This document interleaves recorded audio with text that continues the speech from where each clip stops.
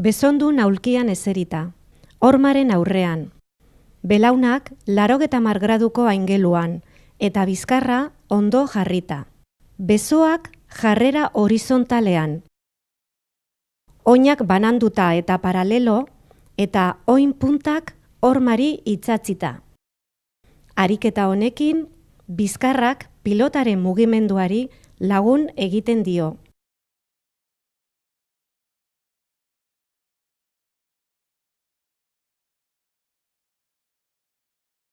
Ariketa hasiko da.